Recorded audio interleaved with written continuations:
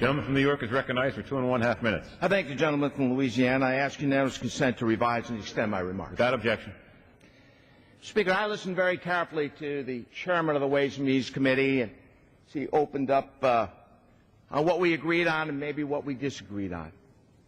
And I've listened to a number of speakers, and first of all, on the Ways and Means Committee members before me, I want to be associated with the observations, comments that they brought to the floor today. We opened this year, as the ranking member of the subcommittee, Mr. English, mentioned, with hope and optimism that we were going to repeal AMT. Not reform it, not push it around, not raise taxes on it, but repeal it. And time ticked on, we had hearings, and hope faded. Hope then got cloudy. Then hope wasn't real. And as we're sitting here in November, the Secretary of Treasury has responded to my letter and letters written by Mr. McCrary and Mr. Grassley.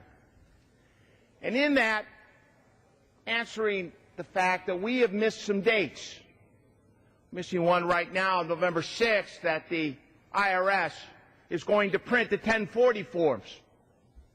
And next week, on November 16th, they're going to print all the other forms.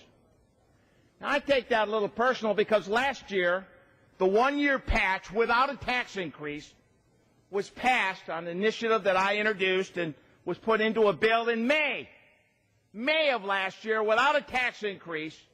And you know what? This body passed it 414 to 4. Didn't have tax increases, didn't have a lot of gimmicks, just got the job done. I want to remind my colleagues on the other side of the aisle, you're not just touching 23 million Americans by this delay and the failure and the shortcoming of getting agreement between the two bodies and the White House. You're making it about 49 million. Because the letter also said from the Secretary that others are impacted by this needless delay.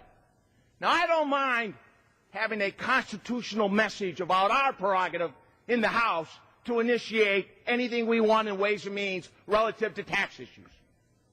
But there comes a time, even for a new majority of the other side, to understand when pragmatism sets in that we didn't get a permanent fix. We didn't even get a repeal. We didn't even get a one-year patch, however you wanted it. Gentleman's additional 30 seconds. Gentleman's recognized for an additional 30 seconds. What we got is today a failed approach. And to the new members who have never served in this body before on either side of the aisle, you're going to hear tax gap, tax fairness, tax equity. I promise you that results right here in this bill as a tax increase. Vote no on this bill, and let's get the work done before we go home for Thanksgiving. I yield back my